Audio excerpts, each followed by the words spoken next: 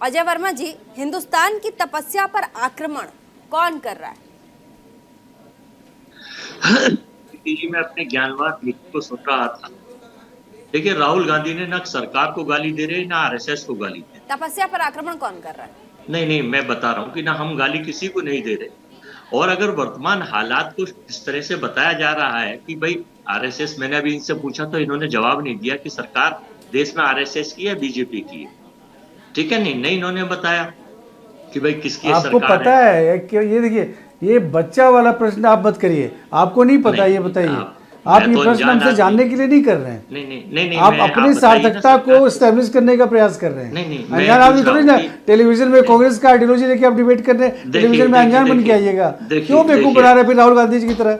राहुल गांधी जी वाला हरकत मत करिए। सीरियस डिबेट के लिए मैं तैयार हूँ आपके साथ। 1942-43 में जिसकी गवाही पर देश के शहीदों को फांसी दी, 1946-47 में जिस संस्था को बैन कर दिया राष्ट्रपिता की हत्या के आरोप गलत में, स्टेटमेंट है। राष्ट्रपिता की हत्या के आरोप में बैन कर दिया। अजय भाई में जिसका नहीं अजय भाई, इस बात से हम बिल्कुल इत्तेफाक नहीं रखते जो अटल बिहारी पे आप कटाक्ष कर रहे हैं। 1942 पे तो 1942 पे जो केस लगा था उनके बड़े भाई पे लगा था।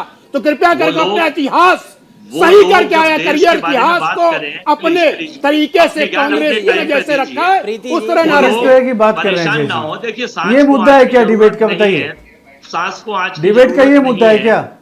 सांस को आज डिबेट का मुद्दा ये नहीं है, लेकिन उनके पास तथ्य नहीं है। तथ्य नहीं है तो चले जाते हैं 1942 में, 1946 में। 1946 ही बता दीजिए जब आप यूनियन जैक के सामने प्रधानमंत्री बने थे सितंबर में, ये भी बता दीजिए। उसकी चर्चा क्यों नहीं करते हैं आप? अरे महंगाई पे चर्चा कर लेते हैं, 2009 से 2014 के बीच कर लेते हैं, 2014 से लेकर 2020 में कर लेते हैं, उसमें आप चर्चा ही नहीं करेंगे।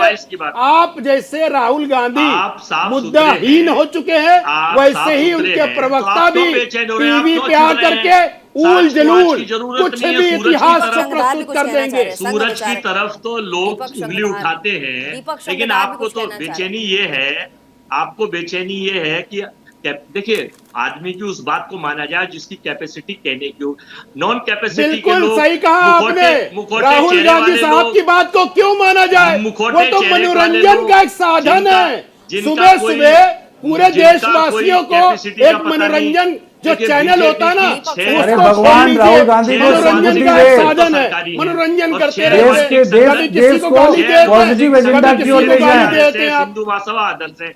तो ये 12 से भी बाहर के लोग अगर बोले तो 140। अरे अजय जी, कहाँ कौन सी जगह पहुंच गए आप? ये हर जगह पहुंचेंगे, मुद्दे पे कभी नहीं आएंगे भाई साहब। अरे राहुल गांधी जी को भगवान सद्बुद्धि दें, विचारक भी है, देश को पॉजिटिव एजेंडा दे। थोड़ा सा विचारक भी है हमारे साथ। दीपक संगदार कुछ कहना चाह रहे हैं? दीपक सुरेश वर्मा जी का वो योग आदमी है, पत्रकार आदमी है, हमारे दोस्त हैं, भाई हैं। अजय जी सुन लीजिए, अजय जी सुन लीजिए, एक बहुत अच्छा प्रसंग बताता हूँ।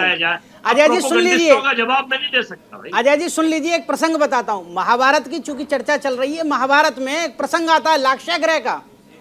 तो ये जो संघ पर बैन लगाने की प्रक्रिया हुई, यहाँ लोकतंत्र में सेंध लगा करके आपातकाल को जो प्रासंगिक करके व्यवहार में लेकर के आया गया, ये किसी लाक्षागृह जैसे षड्यंत्रों से कम नहीं थे।